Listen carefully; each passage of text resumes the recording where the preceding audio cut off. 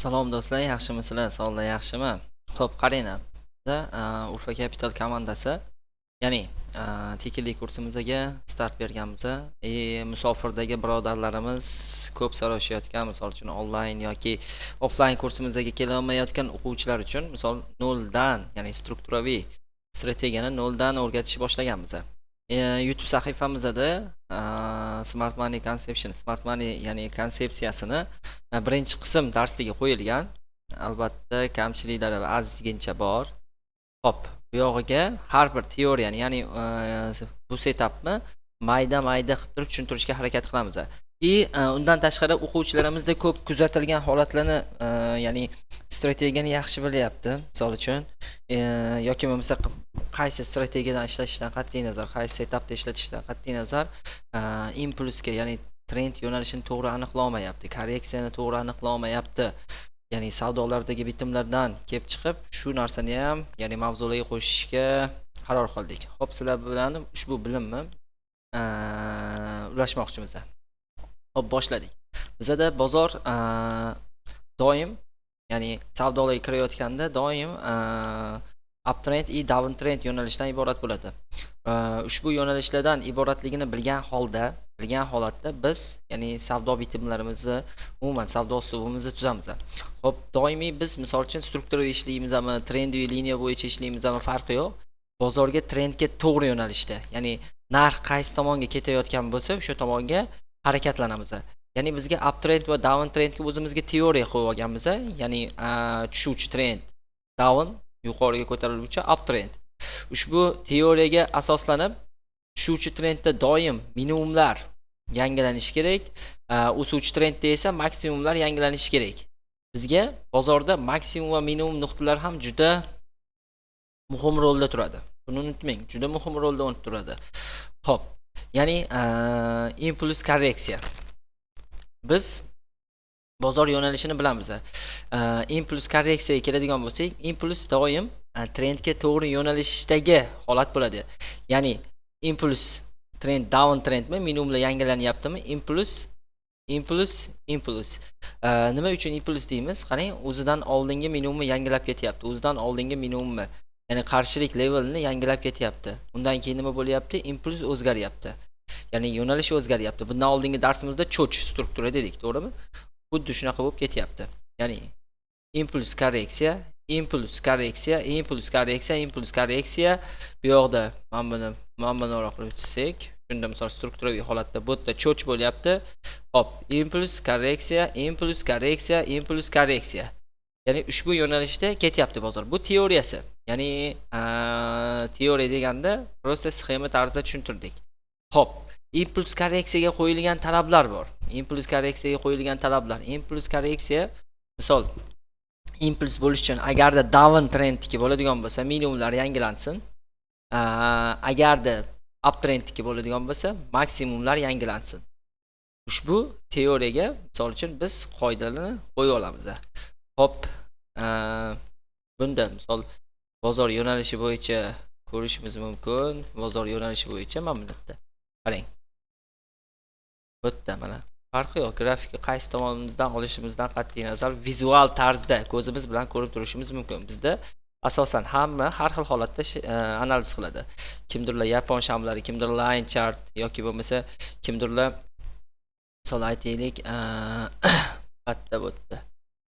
Hop, bars orqali yoki bo'lmasa farqi yo'q, Renko, step line. Umuman qaysi grafikda analiz qilishdan qat'iy nazar, ya'ni bozor trend yo'nalishiga, ya'ni bozorga psixologiyasiga deydimi yoki oqimiga deydimi, shunga tushib olib savdo qilgan ma'qulroq. Trend my friend degani bekorga aytilmagan. Hop, qarang. Hop, biz asosan yapon shamlaridan foydalanib texnik tahlil qilamiz.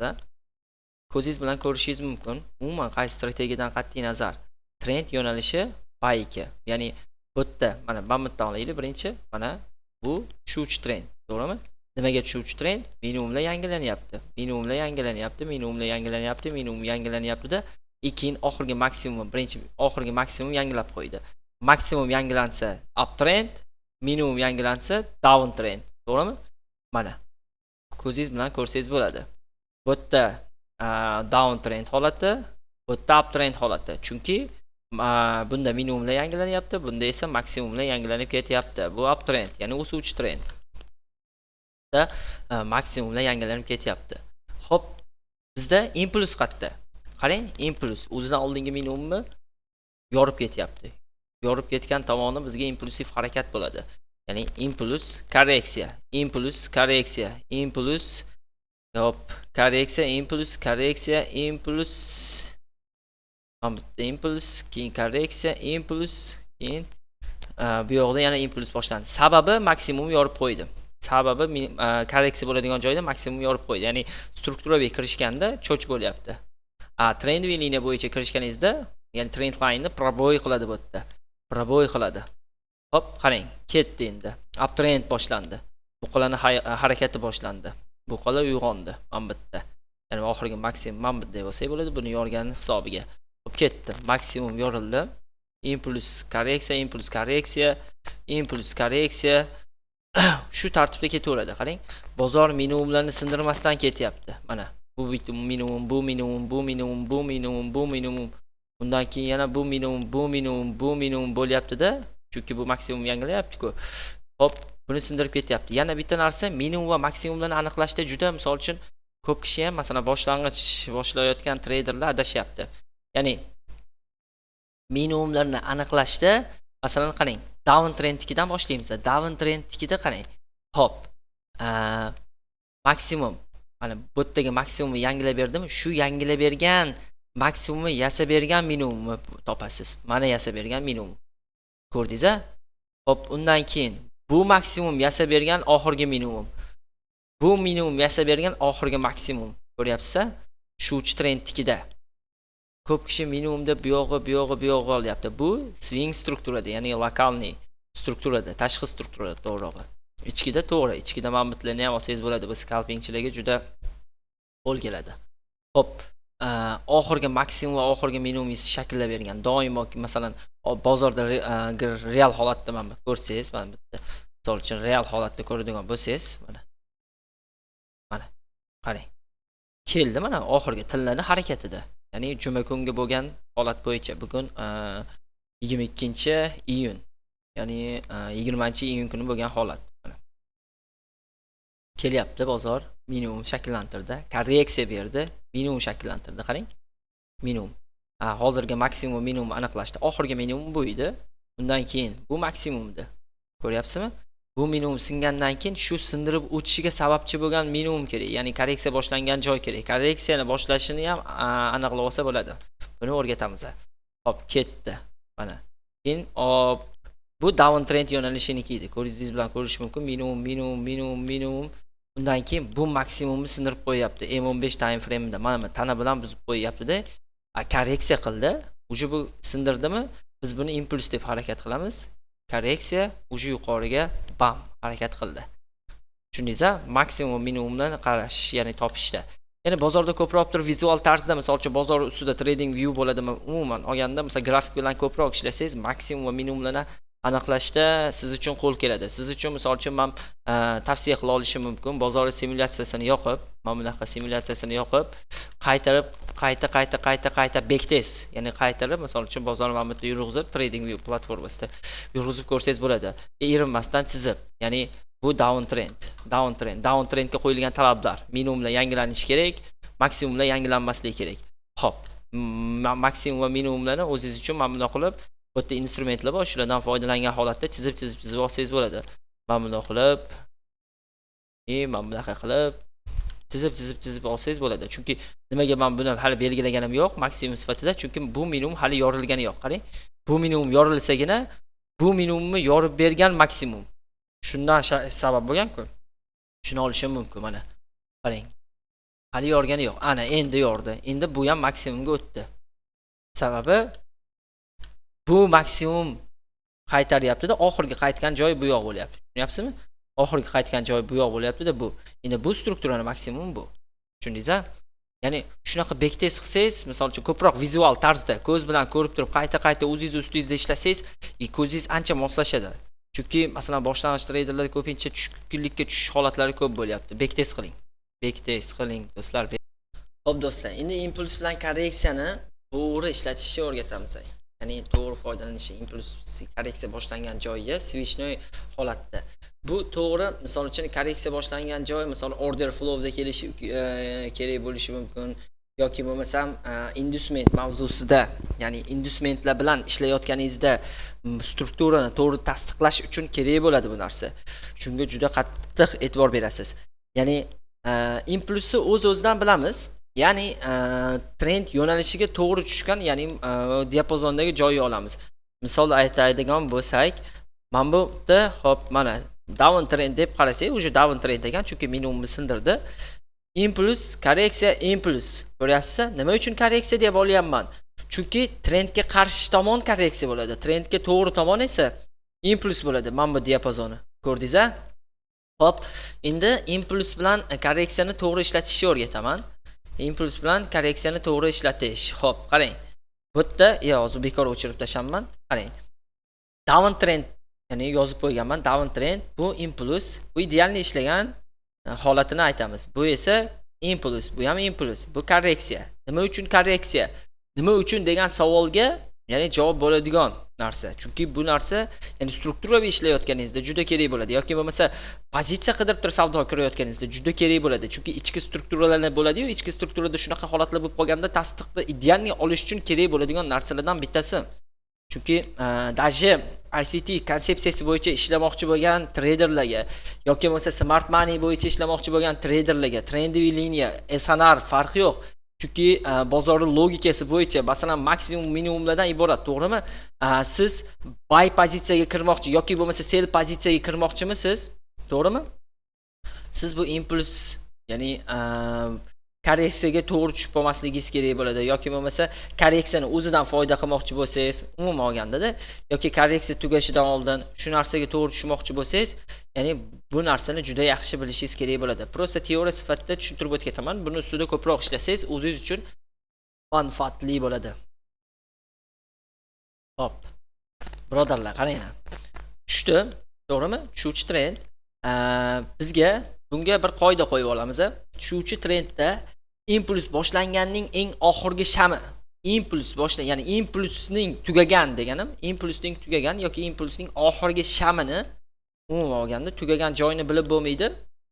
Prosta sizlarga osonroq bo'lsin deb tushuntiryapman. Chunki tugagan joyini mana bu yerdagi korreksiyadan bilsa bo'ladi xolosda. Hop. Impuls, korreksiya. Ko'ryapsiz-a? Bu korreksiyaning oxirgi shamini mana bu diapazondagi chizib ko'rsating. Bu holati mana shu oxirgi shammi, oxiriga kelgan bo'lishi kerak, eng pastda bo'lishi kerak. Ko'ryapsiz, eng pastdagi sham bu. Eng pastdagi sham bo'lasi. Farqi yo'q. Ba'zida bu yashilga ham o'tib qolishi mumkin bu sham. Ya'ni mana bunaqa bo'lib qolishi mumkin.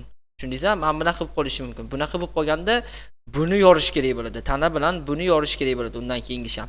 Hozir bizda birinchi holat bo'yicha bu sham tana bilan yordi, ko'rdingizmi? Korreksiya tasdiqlandi. Korreksiya tasdiqlandi. Hop, undan keyingisi uje korreksiya ketdi-da, uje impuls yana yo'nalishda ketdi. Bu yerda ham qarang, tana bilan sindirib ketdi. Tushundingizmi do'stlar? Hop, tushuvchi trend mana bu diapazondagi mana bu oxirgi shamning soyasidan hisoblaganingizda, mana bu korobka sifatida olsangiz ham boshida o'zingiz uchun oson bo'ladi. Korobka sifatida olganingizda buni tana bilan undan keyingi sham yorib berish kerak bo'ladi. Yorib bersagina korreksiya tasdiqlanadi. Korreksiya tasdiqlanadi. Hop, ishlamaydigan holatlar, ya'ni qanaqa holatlar bo'lishi mumkin? Ya'ni xato qilib, ko'p kishi xato qilib qo'yayotgan joy. Masalan, bozor impuls harakatda keldi. Aytaylik, men sizga misol tariqasida aytaman-da. Bozor mana bunday holatda kelyapti. Aslida bu ichki strukturaniki. Buni ozgina tradingdan xabari bor bolalar tushunadi. Misol sizlarga aytaman, ichki strukturaniki.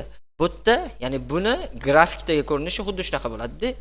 Bu keladi, mana bu yerda zur mana. Mana bu yerda mana bunday bo'lgan joydan mana bu yerdan qo'shilib olishadi bozorga. Bayga kirishadi, lekin aslida yana yo'nalishini ketib qoladi. Tushundingiz-a? Ya'ni ichki strukturani singanini ham bilib bo'lmaydi. Ichki strukturani singanini bilib bo'lmaydi. Shuning uchun ham birinchi bo'lib trendni aniqlash kerak bo'ladi. Undan keyin korreksiyalarni, misol uchun ichki struktura bo'yicha ishlayotgan bo'lsangiz farqi yo'q.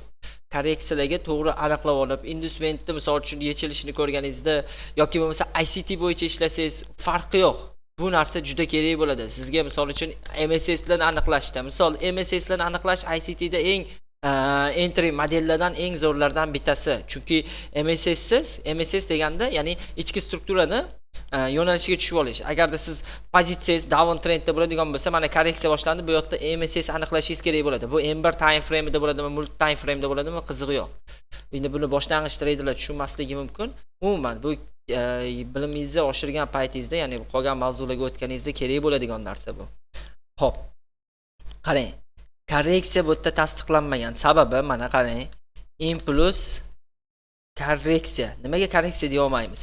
Chunki mana bu oxirgi sham, eng pastdagi shamni soyasi bilan hisoblaganingizda yorib o'ta olmadi bu sham. Yana yo'nalishda xato ketdi. Bu himoyalanib qolib ketdi. Bu yerda biz korreksiya demaymiz. Tushunchilab korreksiya emas, xato bu.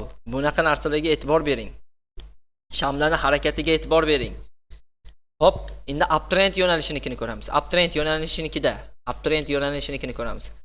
Up masalan impuls korreksiya impuls. Nimaga men buni korreksiya dedim? Qarang, aytganimdek, bu yerda sindirib beryapti. Mana tana bilan sindirib beryapti bu holatda. Men buni ko'ryapsiz. Ko'rdingiz-a, korreksiya. O'sha impuls boshlangan joydan ham e'tibor bering. Mana shamini sindirib beryapti-da, ya'ni yuqoriga ketyapti. Ya'ni bu narsalarga e'tibor bering. Eng oxirgi sham mana buni sindirib beryapti. Bu agarda mana bunaqa bo'lib qolgan taqdirda eng oxirgi sham qizilga tushadi, sizdagi sindirilish kerak bo'lgan narsa botga tushadi. Tushundingiz-a? Botda baribir korreksiya tasdiqlangan. Ya'ni korreksiya ham tasdiqlash kerak. Tushundingiz-a? Hop. Ishlamaydigan holatlar nima bo'lib qolishi mumkin? Ya'ni down trend teskarisi. Mana buni. Ko'rdingiz-a? Impuls buni diapazonni yorib bera olmadi. Yorib bera olmaganligi uchun biz buni olmaymiz. Ya'ni impuls, ya'ni nima desa bo'ladi? Impuls va korreksiya bozor holati yuqoriga yoki pastga juda kuchli bo'lganda bu narx harakatlari impuls deb ataladi. Ya'ni bozor harakati juda kuchli yo'nalishi deganda o'sha yuqorida aytganimdek bozorni maksimumini yangilab ketsa yoki minimumini yangilab ketsa, buni qizig'i yo'q. Shuning uchun ham impuls bilan korreksiyani yaxshi tushunib olgan yaxshi, chunki juda kerak bo'ladi. Siz adkatidan ishlashingizga umuman olganda, misol uchun bora-bora mavzularni kengaytirganimizda buni tushunib olasiz. Xo'p, do'stlar, o'zingiz ustingizda ishlab, shamlar bilan bekitib qilsangiz, yanada o'zingiz uchun manfaatli bo'ladi degan umiddaman inshaalloh. Shu narsalarga e'tibor berasiz. Mana, qarang. Masalan, ichki strukturanikidan oladigan bo'lsak, men bitta real holatda tushuntirib qo'yay, keyin mavzuni, ya'ni video zapisni tugatamiz. Xo'p, qarang. Mana bittadan olaylik. Masalan, ichki trend deganda, masalan, bu diapazonning ichidagi holatda, ya'ni bu strukturani, bu swing strukturani ichidagi holatda keldi. Mana korreksiya impuls bu yerdagi mana bu shamni yora olmadi, buni korreksiya deya olmaymiz ichki holatida. Bu ichkinikini tushuntiryapman. Keldi yana, kelib turib, buni yana tanasi bilan yora olmadi, buni ham ola olmaymiz. Keldi, buni ham tanasi bilan yora olmadi. Qarang. Tanasi bilan yora olmadi, ketdi. Ketgandan keyin oxirgi sham bu bo'lib qolyapti. Yo'q. Bu edi, soyasi bilan yorib qo'yapti. Eng oxirgi sham mana bu yashil bo'lib qolyapti. Qarang, ko'zingiz bilan ko'ryapsiz. Buni yorib qo'ydi. Mana bundan olganingizda ham buni yorib qo'ydi. O'sha korreksiya boshlandi. Korreksiya ichki trend bo'yicha o'zi cho'ch bo'ldi. Impuls ichki trendda impuls, lekin korreksiyani davomiyligi. Mana bu yerda qarang. Ichki trend bo'yicha bu. Ichki trend, tashqi trendda alohida o'tilgan bu YouTube'dagi mavzularimizda, ya'ni videolarimizda ko'rsangiz ko'rasiz. Mana bu yerda impuls boshlangan. Sababi qarang, bu yerda shammi mana bu, eng oxirgi sham bu. Bu shammi mana tana bilan bu yerda yorib bo'lyapti. Korreksiya tasdiqlangan, ya'ni ketdi. Korreksiya doim tasdiqlanib, o'zini yo'nalishida ketaveradi. Shu yo'nalishda bozorda vizual tarzda ko'proq o'zingiz ustingizda ishlagan taqdiringizda, ya'ni sizda o'sish bo'ladi. Birodarlar, do'stlar, salomat bo'linglar. Keyingi darsgacha, ya'ni bu ma'lumotlardan to'g'ri foydalanib, ya'ni o'zingiz ustingizda ko'proq ishlasangiz, keyin siz uchun bu ishlaydi. O'zingiz ustingizda ishlamasangiz, ya'ni grafik bilan ko'proq ishlamasangiz, bularning barchasi bir tiyin. To'g'rirog'i shunaqa.